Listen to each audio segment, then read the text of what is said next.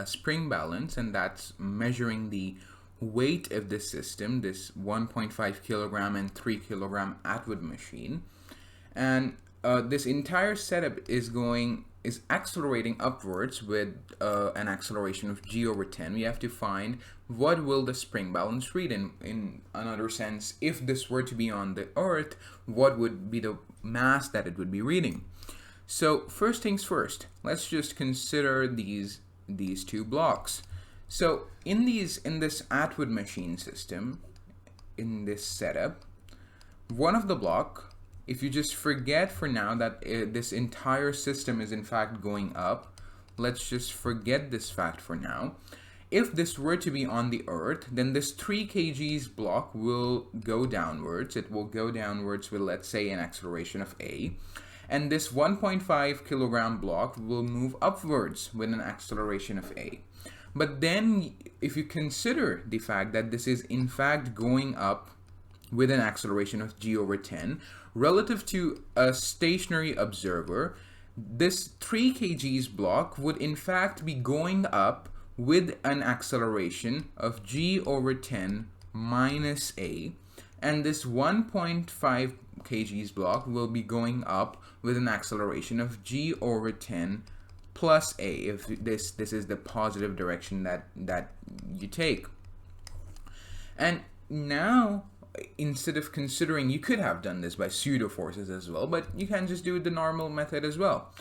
Now what happens is, now you have two blocks. So the 1.5 kgs block, the forces acting on it are the force of tension, and the other force is the force due to gravity, and that is 1.5 times g, whatever g is, we don't need to factor in. And this entire setup is, as we just said earlier, it's moving upwards with an acceleration of g over 10 plus a. This might as well be negative, but we don't need to care about that. The direction will just switch. The second block, it's moving, again, it has only two forces acting on it. The force of tension, and the other force is the force due to gravity. That is 3 times g, and this entire setup is moving upwards with an acceleration of g over 10 minus a. Again, you don't need to consider whether it's negative or positive, the directions will just flip. You can now write two equations. If this is the de facto positive direction that you're taking, then in the first case you will have t minus 1.5 g, since this is in the opposite direction. That is equal to, the mass is 1.5 times the acceleration in the positive direction is g over 10 plus a.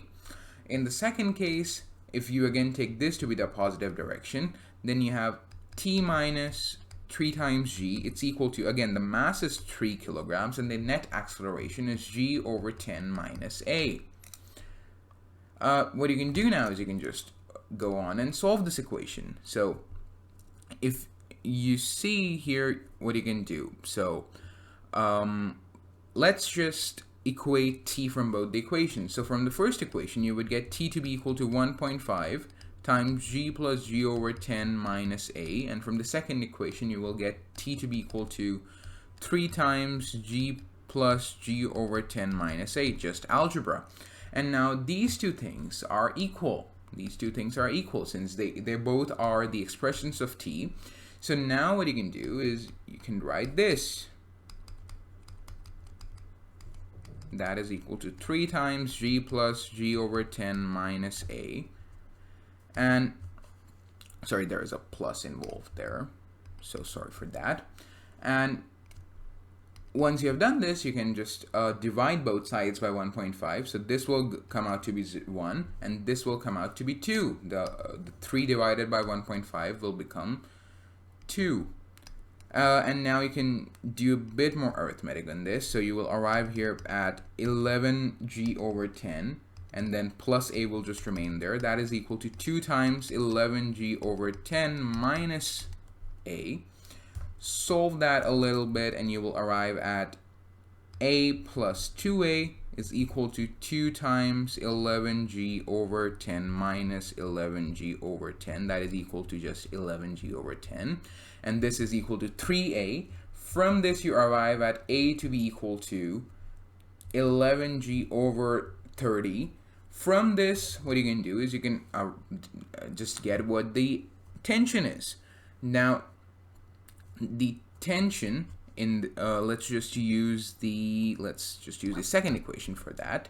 The tension is equal to, let me do a different color. The tension is equal to 3 times G plus G over 10 is equal to 11G over 10 minus A. A is 11G over 30.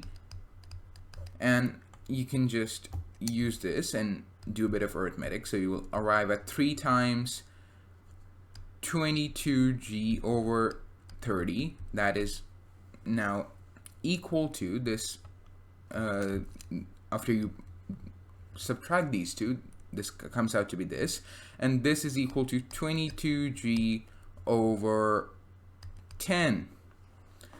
Now, where to go next? So now you know what are the tensions. So if you now draw the entire setup, you have here this machine, the spring balance here.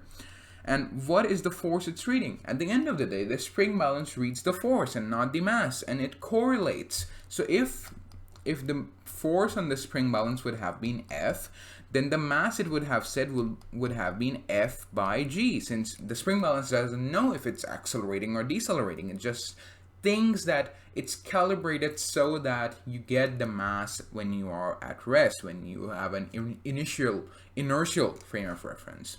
So in this case, if this tension is T, then in order to balance in order to have the balance for this pulley, the force balance for this pulley, you need to have a tension of 2T in here. And since the sum of these two tensions is 2T, you also need to have a balancing 2T here. And this 2T actually also affects the spring balance.